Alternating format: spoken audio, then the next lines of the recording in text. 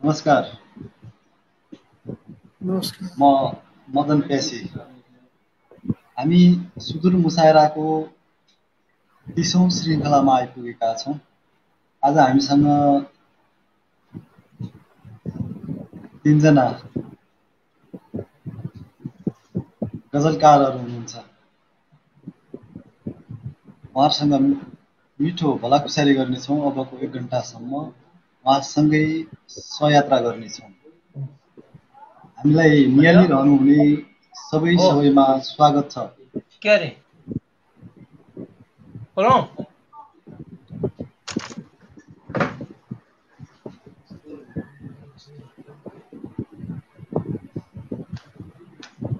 आज हामीसँग 3 जना गजलकारहरू हुनुहुन्छ। वरिष्ठ गजलकारहरू हामीसँग पोखराबाट पर्कट पङ्गेनी गुरु हुनुहुन्छ। गुरु स्वागत छ यहाँलाई सुदूर मुसायराको 30औं श्रृङ्खलामा। धन्यवाद।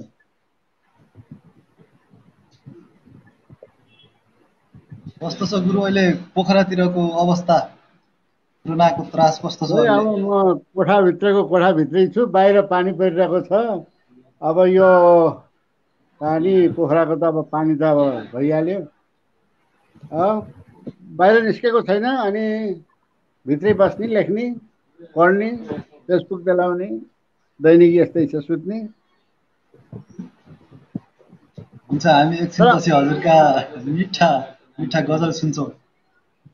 त्यसैगरी हामीसँग नेपालगञ्जबाट खगेन्द्र गिरी कोपिला गुरु हुनुहुन्छ। स्वागत छ गुरु यहाँलाई पनि। नमस्कार, धन्यवाद। दाजुलाई पनि हार्दिक नमस्कार, हजुरलाई पनि हार्दिक नमस्कार।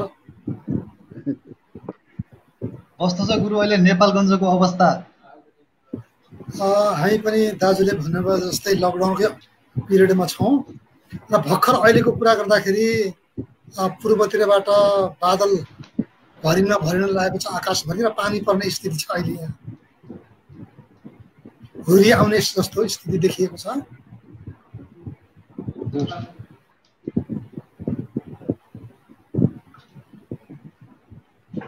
हुन्छ, हामी एकछिनपछि गजल सुन्छौँ र हजुरलाई चाहिँ शुभकामना, बधाई पनि छ।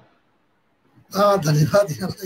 सङ्ग्रह निकाल्नु भएछ सुदूर मुसायरा पुरै टिमको तर्फबाट। हजुरलाई धेरै शुभकामना र बधाई पनि। त्यसैगरी हामीसँग चितवनबाट पुष्प अधिकारी अञ्जली दाजु पनि हुनुहुन्छ। स्वागत छ दाजु यहाँलाई पनि। धेरै धेरै नमस्कार मदन प्यासी भाइ। यो सुदूर मुसायरा यो कार्यक्रममा जोड्नु भएको छ। आज हामी प्रत्यक्ष रूपमा जोडिएका छौँ। हाम्रा अग्रज प्रकट दाजु हुनुहुन्छ, आदरणीय खगेन्द्र गिरी कोपिलाजी हुनुहुन्छ आज, र म छु, साथमा मदनजी हुनुहुन्छ। आजको एपिसोड राम्रो होस्, हामी सबैले यो कामना गरौँ। सम्पूर्ण जो सुन्न आउनुभएको छ र एकदमै यहाँहरूले ध्यानपूर्वक सुन्नुहुनेछ, आजको कार्यक्रम हेर्नुहुनेछ भन्ने विश्वास व्यक्त गर्छु म। र यो टिमलाई म एकदम हृदयदेखि हार्दिक कृतज्ञता ज्ञापन गर्न चाहन्छु। हस् दाजु, धन्यवाद। हामी निकै खुसी छौँ आज हजुरहरूसँग जोडिन पाउँदा। हजुरहरूसँग जोडिएर गजल सुन्ने र सुनाउने अवसर पाएका छौँ सुदूर मुसायरा टिमले। यो सुदूर मुसायराको लागि निकै सौभाग्य हो। हामी खुसी छौँ। हामी आज मैले झन् धेरै खुसी छौँ। प्रश्न गर्नेछु कि बहस पनि गरौँला कि गजल पनि सुनौला। एकदम पहिलो चरणमा प्रवेश हुन्छौँ, गजल सुन्छौँ। पहिलो चरणका दुईटा गजल पुष्प अधिकारी अञ्जली दाजुका सुन्छौँ। एकदम म एकदम ढिला नगरिकन म आफ्नो दुईवटा गजलहरू यहाँहरू समक्ष पेश गर्न चाहन्छु। मैले अघि पनि भने यो सुदूर मुसायरा कार्यक्रम अत्यन्त लोकप्रिय कार्यक्रम हो। यो अहिले अनलाइन चाहिँ यो भर्चुअल कार्यक्रमहरू मध्येको राम्रो एउटा कार्यक्रम हो सुदूर मुसायरा। यो कार्यक्रम मार्फत मदन प्यासी ज्यूको संयोजनमा भएको यो कार्यक्रममा चितवनबाट पुष्प अधिकारी अञ्जली म उपस्थित छु। सम्पूर्ण जसले हेरिरहनु भएको छ, हामीलाई सुनिरहनु भएको छ, सबै भावकहरूलाई एकचोटि फेरि सलाम व्यक्त गर्छु, गजलमय अभिवादन व्यक्त गर्छु र म आफ्नो गजल सुनाउन चाहन्छु। शालिकले पनि पुरानो जिन्दगी देखायो, शालिकले पनि पुरानो जिन्दगी देखायो, दुश्मनले छुटेको हिसाब कसरी कसरी देखायो। शालिकले पनि पुरानो जिन्दगी देखायो, दुश्मनले छुटेको हिसाब कसरी कसरी देखायो। देशले नयाँ नक्सा फेरेको दिनदेखि नै, देशले नयाँ नक्सा फेरेको दिनदेखि नै, मेरो देशले नयाँ नक्सा फेरेको दिनदेखि नै छिमेकीले बडो अनौठो दुश्मनी देखायो। छिमेकीले बडो अनौठो दुश्मनी देखायो। शालिकले पनि पुरानो जिन्दगी देखायो, दुश्मनले छुटेको हिसाब कसरी कसरी देखायो। कहाँ कहाँबाट आउँछन् यी उज्यालाहरू, कहाँ कहाँबाट आउँछन् यी उज्यालाहरू, कहाँ कहाँबाट आउँछन् यी उज्यालाहरू, कहाँ कहाँबाट आउँछन्। निभेको दियोले पनि यहाँ रोशनी देखायो, निभेको दियोले पनि यहाँ रोशनी देखायो। शालिकले पनि पुरानो जिन्दगी देखायो, दुश्मनले छुटेको हिसाब कसरी देखायो। देशले नयाँ नक्सा फेरेको दिनदेखि नै, देशले नयाँ नक्सा फेरेको दिनदेखि नै छिमेकीले बडो अनौठो दुश्मनी देखायो। जसले सीमामा देशका लागि बोल्दै थियो, जसले सीमामा देशका लागि बोल्दै थियो, जसले सीमामा देशका लागि बोल्दै थियो। कानुनले उसैलाई किन हत्कडी लगायो, कानुनले किन उसैलाई हत्कडी लगायो। शालिकले पनि पुरानो जिन्दगी देखायो, दुश्मनले छुटेको हिसाब कसरी कसरी देखायो। म अन्तिम शेरमा छु। थाहा छैन कसरी छुटे यी मेरा आदतहरू, थाहा छैन कसरी छुटे यी मेरा आदतहरू, कसरी छुटे यी मेरा आदतहरू। लाग्छ उसले मेरो मुटुको ढुकढुकी देखायो, लाग्छ उसैले मेरो मुटुको ढुकढुकी देखायो। शालिकले पनि पुरानो जिन्दगी देखायो, दुश्मनले छुटेको हिसाब कसरी कसरी देखायो, दुश्मनले छुटेको हिसाब कसरी कसरी देखायो। अब म दोस्रो गजल सुनाउँछु। म यो समसामयिक गजल यहाँहरूले कति साथीहरूले सुनिरहनु भएको छ र नसुनेको साथीहरूलाई पनि र सुनेको साथीहरूलाई पनि एकचोटि फेरि रिपिट गर्न चाहन्छु म। यो तपाईँ त छिनछिनमा उखान टुक्का फेर्नुहुन्छ, तपाईँ त छिनछिनमा उखान टुक्का फेर्नुहुन्छ, गफै गफमा यो देश दुनियाँ फेर्नुहुन्छ। तपाईँ त छिनछिनमा उखान टुक्का फेर्नुहुन्छ, गफै गफमा यो देश दुनियाँ फेर्नुहुन्छ। छिटामोलको अभावमा मरिरहेछ उता कर्णाली, छिटामोलको अभावमा मरिरहेछ उता कर्णाली, छिटामोलको अभावमा मरिरहेछ उता कर्णाली। देशको ढुकुटीबाट तपाईँ मृगौला फेर्नुहुन्छ, देशको ढुकुटीबाट तपाईँ मृगौला फेर्नुहुन्छ। छिटामोलको अभावमा मरिरहेछ उता कर्णाली, देशको ढुकुटीबाट तपाईँ त मृगौला फेर्नुहुन्छ। तपाईँ त छिनछिनमा उखान टुक्का फेर्नुहुन्छ, गफै गफमा यो देश दुनियाँ फेर्नुहुन्छ। हरेक दिन नागरिकहरू भोकै सुत्छन् सडकमा, हरेक दिन नागरिकहरू भोकै सुत्छन् सडकमा, हरेक दिन नागरिकहरू भोकै सुत्छन् सडकमा। बडा महारानीज्यू यहाँ करोडौंको गलैँचा फेर्नुहुन्छ, बडा महारानीज्यू यहाँ करोडौंको गलैँचा फेर्नुहुन्छ। तपाईँ त छिनछिनमा उखान टुक्का फेर्नुहुन्छ, गफै गफमा यो देश दुनियाँ फेर्नुहुन्छ। वर्षौं अघिको सम्झौता सन्धि अझै च्यातिएको छैन, वर्षौं अघिको सम्झौता सन्धि अझै च्यातिएको छैन। तपाईँ भने आफ्नै जिन्दगीको नक्सा फेर्नुहुन्छ। महाशय, तपाईँ भने आफ्नै जिन्दगीको नक्सा फेर्नुहुन्छ। छिटामोलको अभावमा मरिरहेछ कर्णाली उता, देशको ढुकुटीबाट तपाईँ मृगौला फेर्नुहुन्छ। गफै गफमा तपाईँ त देश दुनियाँ फेर्नुहुन्छ। तपाईँ त छिनछिनमा उखान टुक्का फेर्नुहुन्छ। म अन्तिम शेरमा छु। देखलान् कि भ्रष्टहरूको अनुहार भनेर हरेक दिन, देखलान् कि भ्रष्टहरूको अनुहार भनेर हरेक दिन देश बेच्ने यी न्यायाधीशहरू कालो चस्मा फेर्नुहुन्छ। देश बेच्ने यी न्यायाधीशहरू कालो चस्मा फेर्नुहुन्छ। गफै गफमा तपाईँ त यो देश दुनियाँ फेर्नुहुन्छ। तपाईँ त छिनछिनमा उखान टुक्का फेर्नुहुन्छ। वर्षौं हरेक दिन नागरिकहरू भोकै सुत्छन् सडकमा। बडा महारानीज्यू यहाँ करोडौंको गलैँचा फेर्नुहुन्छ। मिठा गजल सुनाउनु दुईटा दाजुका।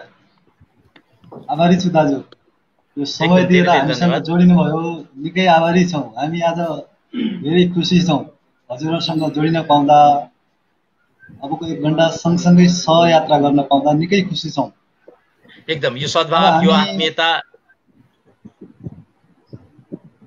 पहिलो चरणका दुईटा गजल खगेन्द्र गिरी, कोपिला गुरुका सुन्छौँ। धन्यवाद मदन प्यासी भाइ। मेरो यहाँ हुरी आउने सम्भावना छ बाहिरको वातावरण हेर्दाखेरि। यो कार्यक्रममा म बोल्दा बोल्दै या कार्यक्रममा अगाडि बढ्दै झ्याप्प बत्ती गएर हाम्रो डिस्कनेक्ट सम्बन्ध विच्छेद भयो भने मलाई माफ दिनुहोला। आदरणीय दाजु र मेरो आदरणीय मिज्यूलाई साँची राखेर म मेरा गजलका केही पंक्तिहरू यहाँको अगाडि राख्न चाहन्छु। दाजु, आशाको फुल मखमली कहाँ भेटिएला, आशाको फुल मखमली कहाँ भेटिएला, भाग्य लेख्ने रातो मसी कहाँ भेटिएला, भाग्य लेख्ने रातो मसी कहाँ भेटिएला, आशाको फुल मखमली कहाँ भेटिएला। दाजु, मिठो पनि सुनेछु है। बहुत मलाई पनि घुम्ने रहर थियो, छाङ्गु लेख। एक पटक मलाई पनि घुम्ने रहर थियो, एक पटक मलाई पनि घुम्ने रहर थियो, शिवजीको मृगस्थली कहाँ भेटिएला, कहाँ भेटिएला, भाग्य लेख्ने रातो मसी कहाँ भेटिएला, नाफा घाटा केही पनि नभएको कथा, नाफा घाटा केही पनि नभएको कथा, दिलको हिसाब बराबरी कहाँ भेटिएला, दिलको हिसाब बराबरी कहाँ भेटिएला, आँसु भित्र जिन्दगीको अर्थ खोजी खोजी, आँसु भित्र जिन्दगीको अर्थ खोजी खोजी, गजल लेख्ने महाकवि कहाँ भेटिएला, गजल लेख्ने महाकवि कहाँ भेटिएला। लुम्ले पुग्नु पर्छ, लुम्ले एक दिन जानु पर्छ। हजुर, गजल लेख्ने महाकवि कहाँ भेटिएला, भाग्य लेख्ने रातो मसी कहाँ भेटिएला। दुनियाँमा मिजु हेरी सुनिछ है, दुनियाँमा हरेकलाई काम लाग्ने थियो, दुनियाँमा हरेकलाई काम लाग्ने थियो, मन दुखेको औषधि कहाँ भेटिएला, मखमली कहाँ भेटिएला, भाग्य लेख्ने रातो मसी कहाँ भेटिएला। मेरो पहिलो गजल सम्पन्न भयो। अर्को पनि भावको छ, मदन भाइ। मुटुभित्र दाजु हुन त एउटै एउटै हो है, मुटुभित्र ढुकढुकी र धड्कन नहुँदो हो, मुटुभित्र ढुकढुकी र धड्कन नहुँदो हो, सम्बन्धमा अडिएको जीवन नहुँदो हो, सम्बन्धमा अडिएको जीवन नहुँदो हो, लाग्छ यति कष्टदायक हुँदैन थियो बाटो, लाग्छ यति कष्टदायक हुँदैन थियो बाटो, नाटक रूपी जिन्दगीको मञ्चन नहुँदो हो, सम्बन्धमा अडिएको जीवन नहुँदो हो, सबैलाई उस्तै हुन्थ्यो सायद अनुभूति, सबैलाई उस्तै हुन्थ्यो सायद अनुभूति, हृदय र चाहनाको बन्धन नहुँदो हो, हृदय र चाहनाको बन्धन नहुँदो हो, कहाँ लेख्थे मानिसहरू विरहका कथा, कहाँ लेख्थे मानिसहरू विरहका कथा, कहाँ लेख्थे मानिसहरू विरहका कथा, माया माग्दा पीडा दिने चलन नहुँदो हो, ढुकढुकी र धड्कन नहुँदो हो, सम्बन्धमा अडिएको जीवन नहुँदो हो, सम्बन्धमा अडिएको जीवन नहुँदो हो, म पनि त हजुर जस्तै बिर्सिदिन सक्थे, म पनि त हजुरहरू जस्तै बिर्सिदिन सक्थे। दुईटा शब्द थपिदिएँ कि बिचमा, म पनि त हजुर जस्तै बिर्सिदिन सक्थे, सम्झनाले कहिले काहीँ जलन नहुँदो हो, सम्झनाले कहिले काहीँ जलन नहुँदो हो, मुटुभित्र ढुकढुकी र धड्कन नहुँदो हो, सम्बन्धमा अडिएको जीवन नहुँदो। दाजु मिजो मेरो दोस्त एकदम अत्यन्त राम्रो, धन्यवाद गुरु। मिठा दुईटा गजल सुन्यौ। आज मौसमले पनि साथ दियोस्, बत्तीले पनि साथ दियोस् र हामीलाई हेरिरहनुहुने सबै श्रोता, सबै प्रिय मनहरूले पनि भरपुर साथ दिउँ। अबको 1 घण्टा हामी सँगसँगै सहयात्रा गर्न पाऊँ। हामीले मिठा गजल सुन्यौँ गुरुका। गुरु, मैले एउटा प्रश्न राखेँ हजुरलाई, त्यसपछि हामी प्रकट गुरुका गजल सुन्छौँ। हजुर कोकिला गुरु, हजुरलाई एउटा प्रश्न।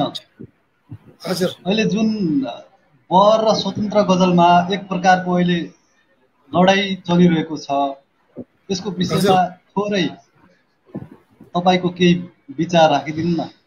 अब यो बारेमा मभन्दा बढी जानकार आदरणीय दाजु हुनुहुन्छ, हाम्रो आदरणीय मिज्यू, उहाँहरूबाट पनि आउला। तर सामान्यतया मैले बुझेको कुरा मैले राख्नुपर्छ प्रश्न आएपछि। एउटा कुरा चाहिँ हामीले स्पष्ट के हुनुपर्छ भने, गजलमा लय हुन्छ, लय बिना गजल बन्दैन। तर अब त्यो लय कस्तो हो, बाह्य लय हेर्नेले भित्री लय बिर्सिरहेका हुन्छन्, भित्री लय हेर्नेहरूले बाहिरी लय बिर्सिरहेका छन् पनि। र लयको कुरा गर्दाखेरि कसैले बहरको मात्रै कुरा गर्ने, कसैले शास्त्रीय छन्दहरूको मात्रै कुरा गर्ने, कसैले लोकलयको मात्रै कुरा गरेको देखियो। त मलाई के लाग्छ भने गजललाई एउटा प्रवाहमा, एउटा वेगमा सलल बगाउनुको लागि लय दिने विभिन्न उपायहरू छन्, हजारौं सयौं उपायहरू छन्। हरेक कवि आफ्ना गजलमा आफ्नो खालको, आफ्नो प्रकारको लय दिनको लागि हरेक कवि स्वतन्त्र छ। उसको आफ्नो शैली, आफ्नो ज्ञान र आफ्नो उसको कलात्मकता, आफ्नो क्षमताले हरेक गजलमा लय उसले दिन सक्दछ। हाम्रो नेपालमा पनि संस्कृतका छन्दहरूबाट पनि लय दिने गरिएको छ, उर्दूका बहरबाट पनि लय दिने गरिएको छ। हाम्रो लोकलय, हाम्रो आदरणीय दाजु लोकलयमा लेख्नुहुन्छ, लोकलयको पनि छन्द छ, झ्याउरे गीतको पनि छन्द छ। त्यसपछि कवितात्मक शैलीका गजलहरूमा पनि आफ्नो खालको लय छ, त्योभन्दा पनि अझ अक्षरिक लय छ। मेरो कुरा गर्नुहुन्छ भने म भर्सक गजलका हरेक पंक्तिमा अक्षर गन्दछु, आधा उच्चारण हुने अक्षरलाई म गन्दिनँ, पुरा उच्चारण हुने अक्षरलाई मात्रै गनेर म अक्षरिक लय बनाउँदछु। यी लयका विभिन्न रूपहरू हुन् र हरेक कवि आफ्नो लय दिनको लागि स्वतन्त्र छ। लय चाहिँ हुनै पर्छ, तर यही लय हुनुपर्छ भनेर हामीले कसैको सृजनामाथि प्रतिबन्ध लगाउन सक्दैनौँ, कसैको कल्पनाशीलताको ढोका र झ्याललाई हामी थुन्न सक्दैनौँ। तर गजल स्वतन्त्र हो, कवितात्मक हो, यसमा विचार हो दिने नाउँमा लय भङ्ग गर्न पनि हामी पाउँदैनौँ। अन्तर बाहिर लय दिन सकिएन भने पनि भित्री लय दिउँ। गजलका भावहरू, गजलका विषयहरू, गजलका कुराहरू यिनीहरू सलल बगुन्, सुन्नेलाई पनि आनन्द आओस्, सुन्नेलाई पनि सुनाइरहेकोलाई पनि आनन्द आओस्। यही चाहिँ गजलको लय हो भने जस्तो मलाई लाग्दछ। बाँकी आदरणीय दाजुबाट धन्यवाद गुरु। सबैले यो कुरालाई मनन गरौँ। हामीलाई हेरिरहनु हुने धेरै मनहरू हुनुहुन्छ, यहाँहरू सबैले यो कुरा मनन गरौँ। मैले एकछिनपछि पुष्प दाजुलाई पनि प्रश्न राखौँला। अहिले हामी प्रकट गुरुका गजल सुन्छौँ दुईटा। सुनौ दाजुका सुन्दियौ। प्रकट गुरु धन्यवाद मदन भाइ। आज हामी तिनतिरका तीनजनालाई जुटाइदिनु भएको छ र हामी मेरा भाइहरू र तपाईँ समेत र श्रोताहरू दर्शकहरू समेतलाई प्रणाम गर्दछु। अघि खैरजीले भने जस्तै अलिकति म लोक भाषामा लेख्न रुचाउँछु गजलहरूलाई। ओभानै बस नगर प्यार सिमसिमे पानीमा। सिमसिम पानी पनि परिरहेछ आज फेरि, आज मौसम पनि त्यस्तै छ। ओभानै बस नगर प्यार सिमसिमे पानीमा, न हुन्छ भेट न इन्तजार सिमसिमे पानीमा। ओभानै बस नगर प्यार सिमसिमे पानीमा, न हुन्छ भेट न इन्तजार सिमसिमे पानीमा। फुललाई नरम कोमल मोहक नसम्झनु। फुललाई नरम कोमल मोहक नसम्झनु, फुलैले हान्छ बारम्बार सिमसिमे पानीमा। ओभानै बस नगर प्यार सिमसिमे। प्रस्तुति गृह बनाऊ या सब दाह किनारमा। प्रस्तुति गृह बनाऊ या सब दाह किनारमा, मर्स्याङ्दी बग्छ लगातार सिमसिमे पानीमा। जुन दिन बनाउनेछन् प्रेमीले लभ डाँडामा प्रेम मन्दिर। जुन दिन बनाउनेछन् प्रेमीले लभ डाँडामा प्रेम मन्दिर, त्यो दिन हुनेछ चमत्कार सिमसिमे पानीमा। हेर्न मन छ भने आऊ कस्तो गर्छ यो प्रकटले। हेर्न मन छ भने आऊ अन्नासँग व्यवहार सिमसिमे पानीमा। ओभानै बस नगर प्यार सिमसिमे पानीमा, न हुन्छ भेट न इन्तजार सिमसिमे।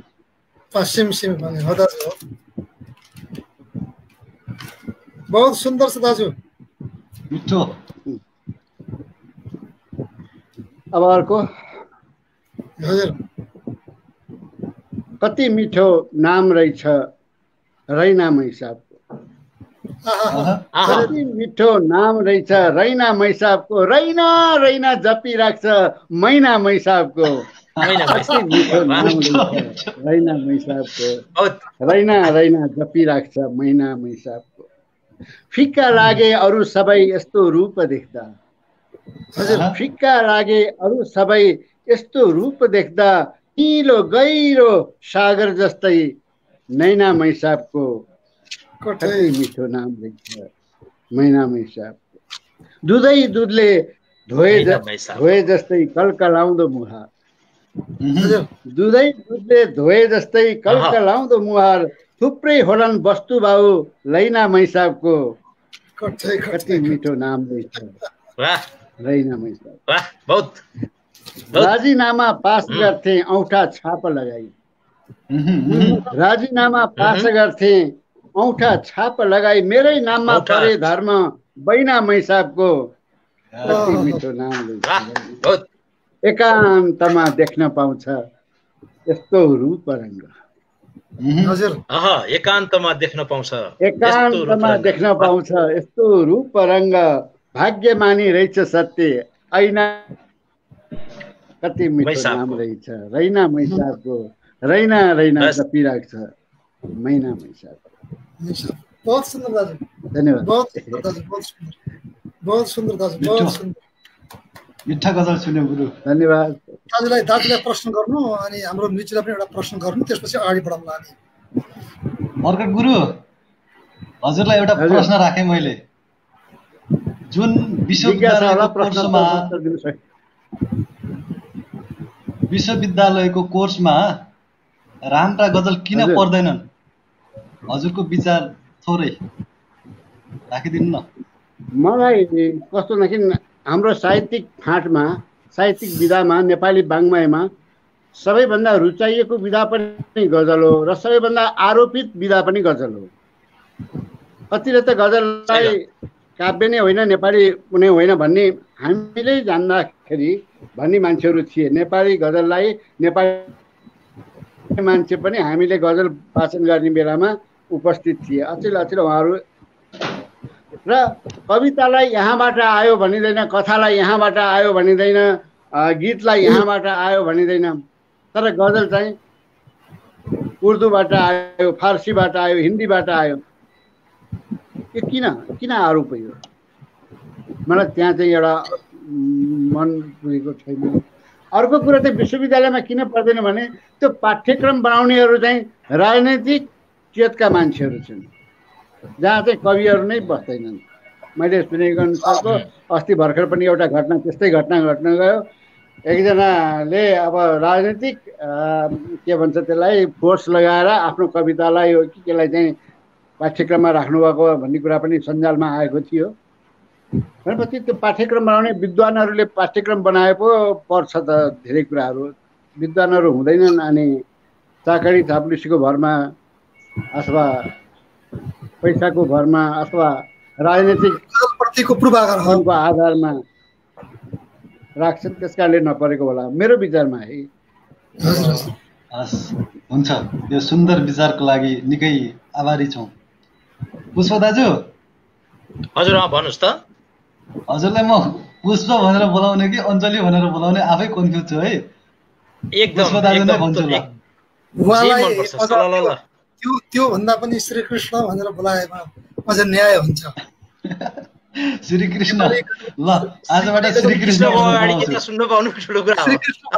भनेपछि मैले 24वटा गुण युक्तलाई श्रीकृष्ण भनिन्छ।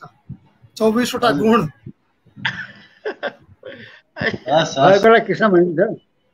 हजुर, मैले पुष्प दाजुलाई एउटा प्रश्न राखेँ। एकदम स्योर। गजल महोत्सवले के दिए जस्तो लाग्छ, के दिएन जस्तो लाग्छ दाजु? हजुरको विचार। गजल महोत्सव काठमाडौँमा हुँदै गरेको गजल महोत्सवमा उपस्थित हुन त सकिनँ म मदनजी, तर पनि मैले त्यो बेला म इन्डियाको भ्रमणमा थिएँ। तर पनि मेरो आदरणीय मिजु त्यहाँ त्यो घोषणापत्र बनाउने बेला, त्यहाँ चाहिँ साइन गर्ने बेलामा मेरो आदरणीय मिजु त्यहाँ हुनुहुन्थ्यो, राष्ट्रिय के अरे एकाडेमीमा हुनुहुन्थ्यो। मलाई थाहा छ सबै कुराहरू त्यहाँ भए। गजल उत्सव महोत्सवमा धेरै कुराहरू भए। सबैभन्दा ठुलो कुरो मेरो चाहिँ एउटा मेरो आफ्नो पर्सनल पोइन्ट के हो भने नेपालमा गजल महोत्सव सरकारी पक्षबाट, सरकारी तवरबाट अथवा राज्यको तवरबाट गजल महोत्सव हुनु भनेको सबभन्दा सुखद पक्ष हो पहिलो प्रथम।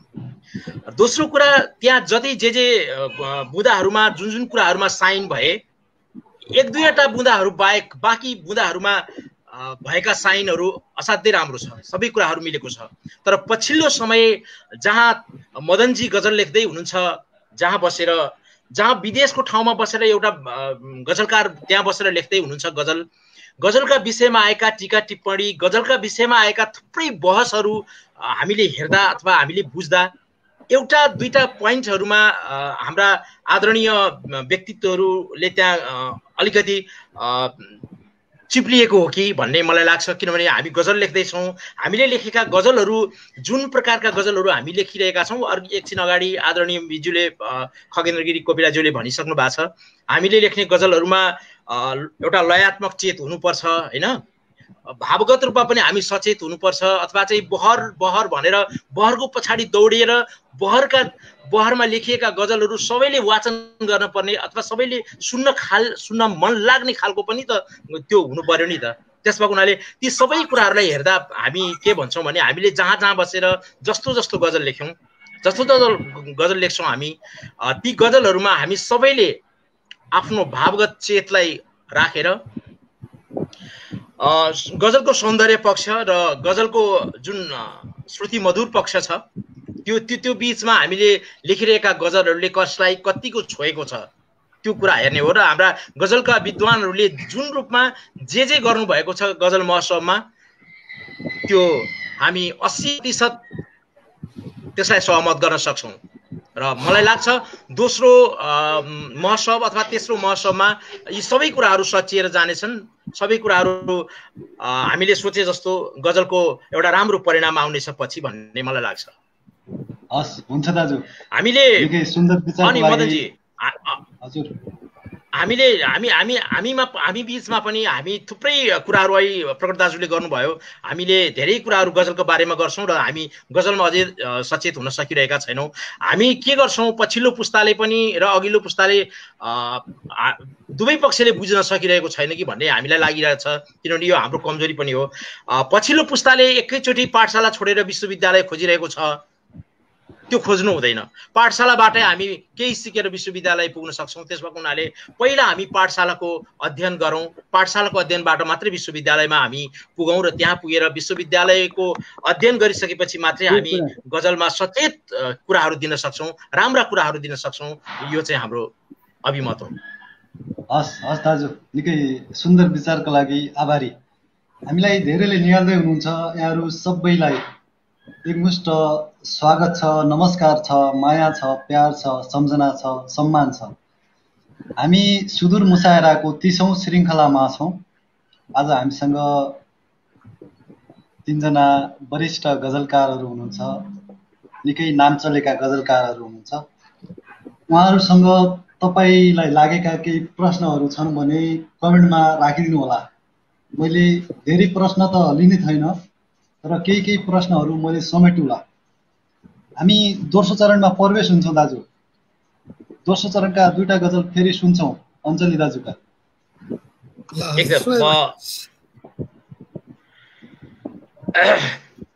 म सुरु गरिहाल्छु है त मदनजी। हस् हस् हस् दाजु। म फेरि पनि एकचोटि सम्पूर्ण स्रष्टाहरूलाई, सम्पूर्ण जसले हामीलाई हेरिरहनु भएको छ, सुनिरहनु भएको छ यतिखेर सुदूर मुसायरा यो कार्यक्रम मार्फत सबैलाई हृदयदेखि सलाम गर्न चाहन्छु र म आफ्नो 2टा गजल सुनाउन चाहन्छु। कस्तो कस्तो हुलिया बोकेर सरकार आउँछ, कस्तो कस्तो हुलिया बोकेर सरकार आउँछ, कहिले बलात्कारी कहिले भ्रष्टको अनुहार आउँछ। कस्तो कस्तो कस्तो कस्तो हुलिया बोकेर सरकार आउँछ, कहिले बलात्कारी कहिले भ्रष्टको अनुहार बोकेर आउँछ। परदेशी छोराहरू खाडीमा पसेको दिनदेखि नै, परदेशी छोराहरू खाडीमा पसेको दिनदेखि नै तमसुक बोकेर सामन्तीहरू घर बारम्बार आउँछन्, घर बारम्बार आउँछ। परदेशी छोराहरू खाडीमा पसेको दिनदेखि नै तमसुक बोकेर सामन्ती घर बारम्बार आउँछ। कहिले बलात्कारी त कहिले भ्रष्टको अनुहार आउँछ, कस्तो कस्तो हुलिया बोकेर सरकार आउँछ। आमा भन्नुहुन्थ्यो स्वाभिमान बोकेर तिमी नजाऊ, आमा भन्नुहुन्थ्यो, आमा भन्नुहुन्थ्यो स्वाभिमान बोकेर तिमी नजाऊ, आमा भन्नुहुन्थ्यो स्वाभिमान बोकेर तिमी नजाऊ। राजधानीमा त कात्रोमा पनि कमिसन खाने बजार आउँछ। आमा भन्नुहुन्थ्यो स्वाभिमान बोकेर तिमी नजाऊ, राजधानीमा त कात्रोमा पनि कमिसन खाने बजार आउँछ। कहिले बलात्कारी त कहिले भ्रष्टको अनुहार आउँछ, कस्तो कस्तो हुलिया बोकेर सरकार आउँछ। यसकारण गुनासो गरेको हुँ मैले यो सरकारसँग, यसकारण गुनासो गरेको हुँ मैले यो सरकारसँग। बहिनीको मुस्कान बेचेर कोही यहाँ हतार हतार आउँछ, बहिनीको मुस्कान बेचेर कोही यहाँ हतार हतार आउँछ। कहिले बलात्कारी त कहिले भ्रष्टको अनुहार आउँछ। आमा भन्नुहुन्थ्यो स्वाभिमान बोकेर तिमी नजाऊ, आमा भन्नुहुन्थ्यो स्वाभिमान बोकेर तिमी नजाऊ। राजधानीमा त कात्रोमा पनि कमिसन खाने बजार आउँछ। भ्रष्टहरू नै सरकारमा छन् यतिखेर सत्तामा छन्, भ्रष्टहरू नै सरकारमा छन् यतिखेर सत्तामा छन्। हाम्रो रगत बेचेर देशमा असंख्य हतियार आउँछ, हाम्रो रगत बेचेर देशमा असंख्य हतियार आउँछ। कहिले बलात्कारी त कहिले भ्रष्टको अनुहार आउँछ, कस्तो कस्तो हुलिया बोकेर सरकार आउँछ। म अन्तिम शेरमा छु, चोरसँग साधुको मित्रता कदापि हुनै सक्दैन। चोरसँग साधुको मित्रता कदापि हुनै सक्दैन। चोरसँग साधुको मित्रता कदापि हुनै सक्दैन। यसकारण पनि देशमा यसरी भ्रष्टाचार आउँछ। यसकारण पनि देशमा यसरी भ्रष्टाचार आउँछ। कस्तो कस्तो हुलिया बोकेर सरकार आउँछ, कहिले बलात्कारी त कहिले भ्रष्टको अनुहार आउँछ। नमस्कार। म दोस्रो गजल सुनाउँछु अब।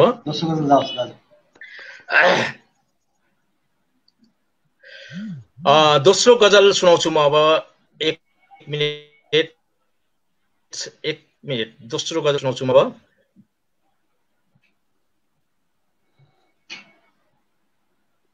खगेन्द्रजीको दोस्रो गजल मैले सुनाएँ। माया लाग्ने हो त्यो आँखामा रहन्जेल, माया लाग्ने हो त्यो आँखामा रहन्जेल, बा आमाको तस्बिर खोपामा रहन्जेल। माया लाग्ने हो त्यो आँखामा रहन्जेल, बा आमाको तस्बिर खोपामा रहन्जेल।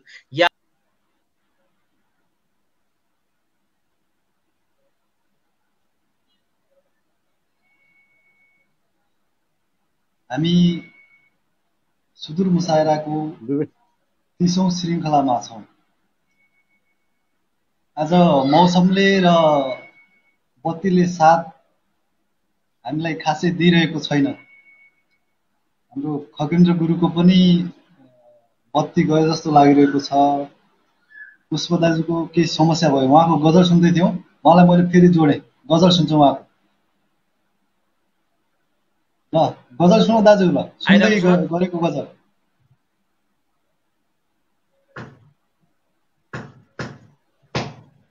हेलो हजुर हजुर मदनजी के भयो? सुन्दै हुनुहुन्छ अहिले?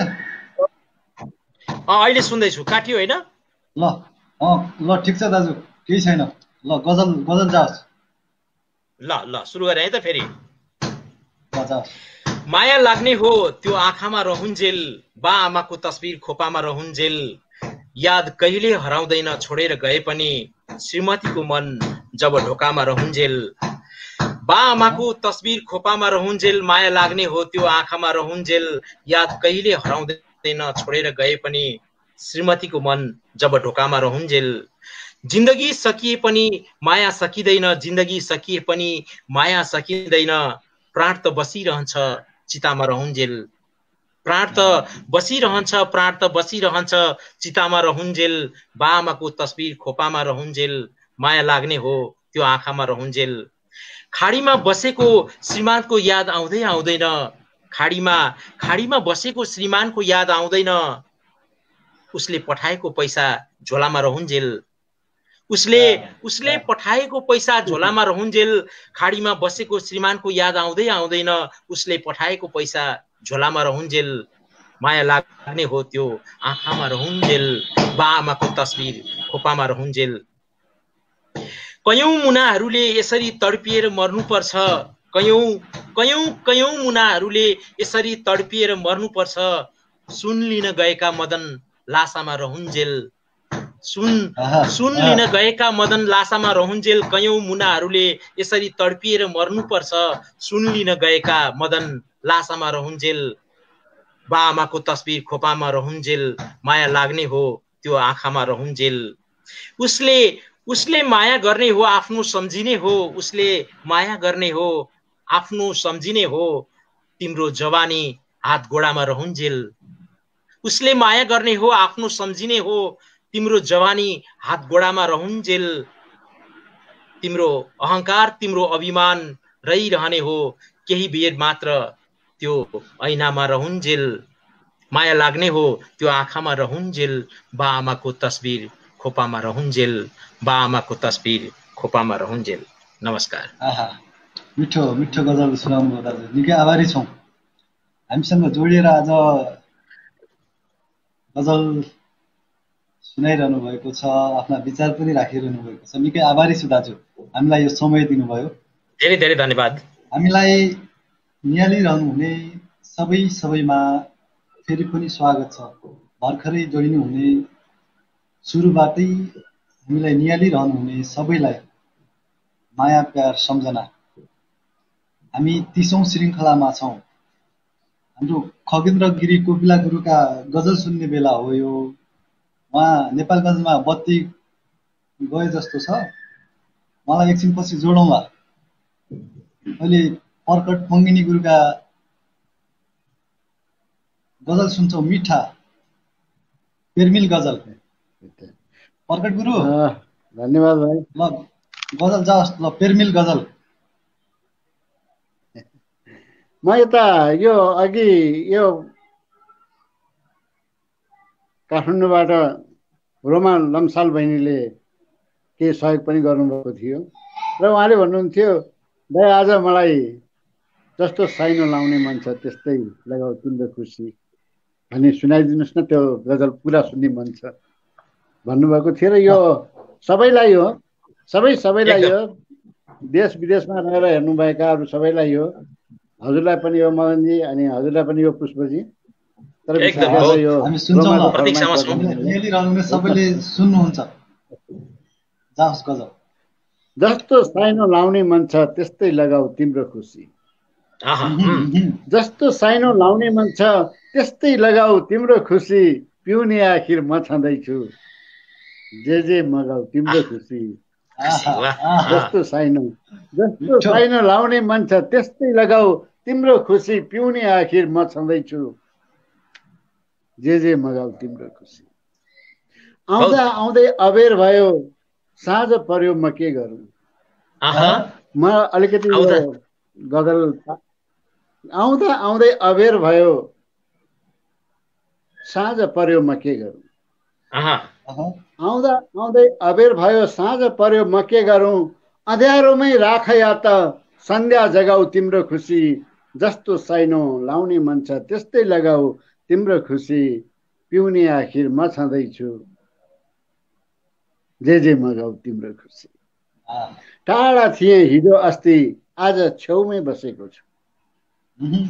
टाढा थिए हिजो अस्ति आज छेउमै बसेको छु, स्वागतार्थ बिगुल बजाऊ ध्वजा टगाऊ तिम्रो खुसी, जस्तो साइनो लाउने मन छ त्यस्तै लगाऊ तिम्रो खुसी, पिउने आखिर म छँदैछु जे मगाऊ तिम्रो खुसी। नजिक आई सताउ प्रकट भन्थ्यौ तिमी टाढा हुँदा, नजिक आई सताउ प्रकट भन्थ्यौ तिमी टाढा, बचाउ डगाऊ तिम्रो खुसी, जस्तो साइनो लाउने मन छ त्यस्तै लगाऊ तिम्रो खुसी, म छँदैछु जे मगाऊ तिम्रो खुसी। शराब नदेऊ वृन्दाले चाहिँ पत्थर बन्ने रहर छैन। शराब नदेऊ वृन्दाले चाहिँ पत्थर बन्ने रहर छैन।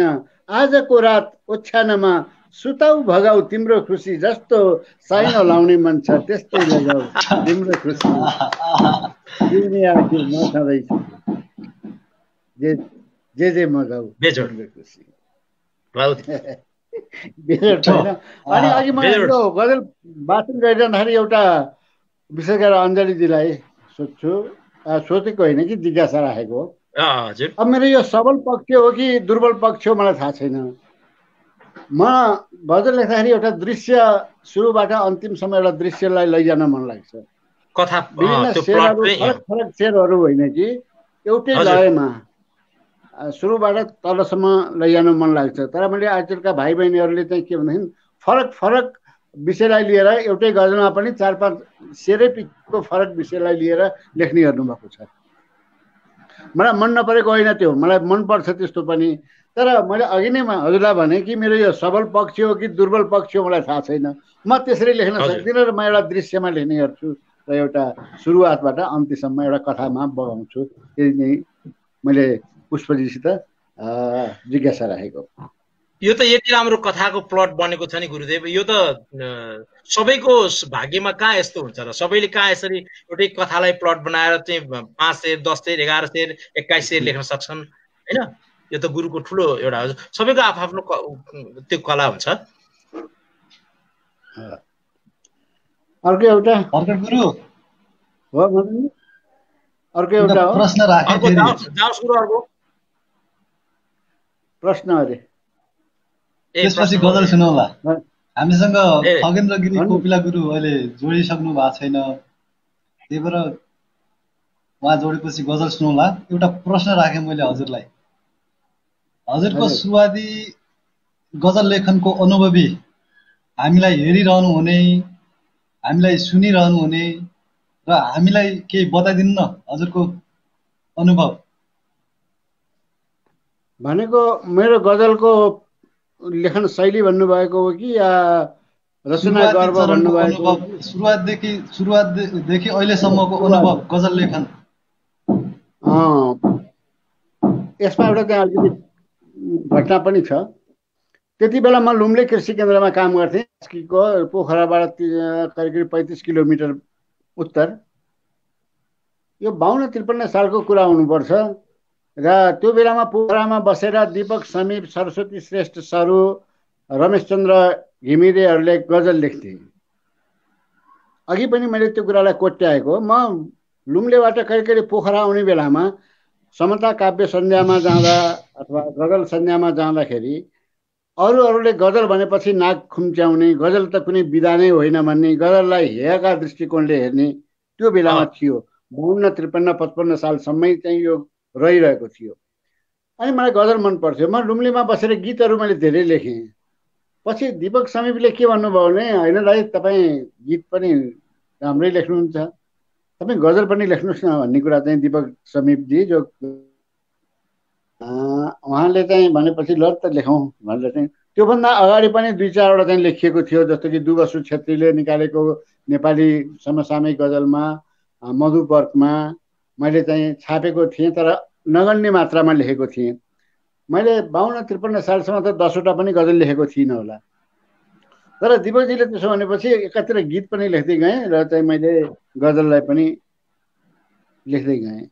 र दुईटा कुरा मेरो तीनटा मलाई गजल भने कि काव्यमा तीनटा कुरामा बाँडिन मन लाग्छ। म कविता लेख्दाखेरि घर गाउँको गृहस्थी कवि, परिवारको, छर छिमेकीको, खेतबारीको कविता लेख्न मन लाग्छ।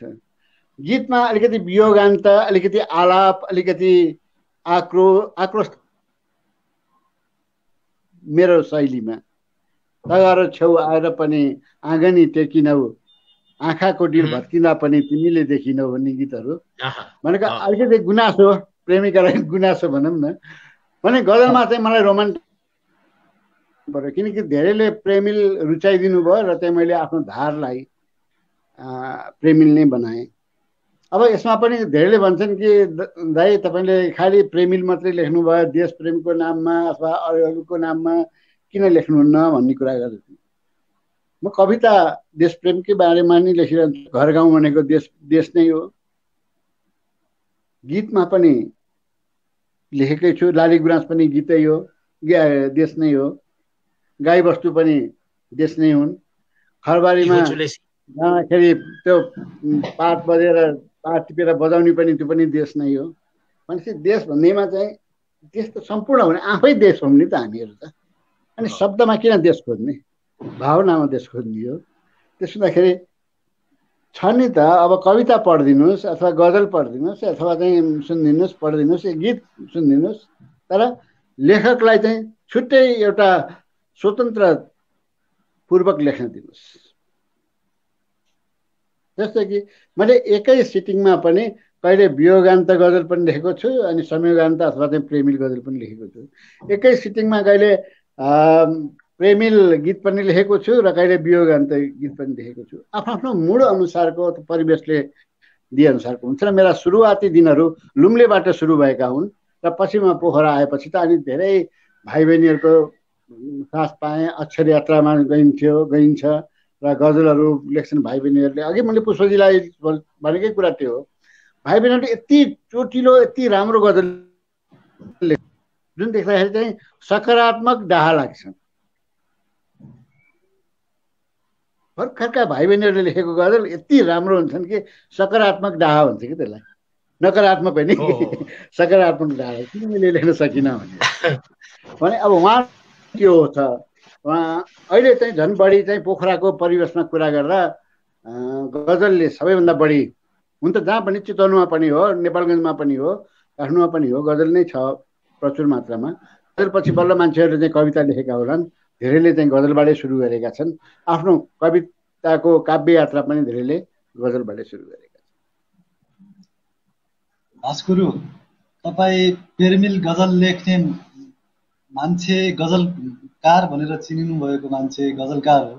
हुन्छ, हामी दोस्रो गजल सुन्छौँ, दोस्रो चरणको। दोस्रो चरणको त मैले भनेकै छैन होइन। एउटा गजल सुन्यौ, एउटा अर्को बाँकी छ। अब यो साँझ पनि पर्दैछ, मेरो अब आफ्नो बानी पनि कहिले कहिले हुन्छ त्यस्तै।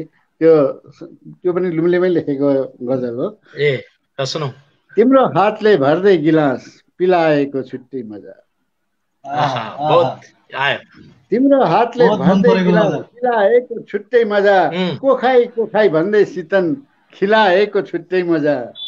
तिम्रो हातले भर्दै गिलास पिलाएको छुट्टै मजा। को हुन्छन् र ओठे टोक्दै गिलास भर्दै दिने मान्छे। को हुन्छन् र ओठे टोक्दै गिलास भर्दै दिने मान्छे, त्यसमाथि झन् बाउ पास्ने दिलाएको छुट्टै मजा। तिम्रो हातले भर्दै गिलास पिलाएको छुट्टै मजा, कोखाई कोखाई भन्दै शीतन खिलाएको छुट्टै मजा। मध्यरात छ हामी दुई छौँ चकमन्न अँध्यारो छ। मध्यरात छ हामी दुई छौँ चकमन्न अँध्यारो छ, छाम छाम छुमछुम गर्दै ओछ्यान मिलाएको छुट्टै मजा। तिम्रो हातले भर्दै गिलास पिलाएको। यता मैले तान्दा उता तिमीले तान्दा फाट्यो च्यादर। यता मैले तान्दा उता तिमीले तान्दा फाट्यो च्यादर, अँध्यारोमै त्यस्तो च्यादर सिलाएको छुट्टै मजा। भर्दै गिलास पिलाएको छुट्टै मजा।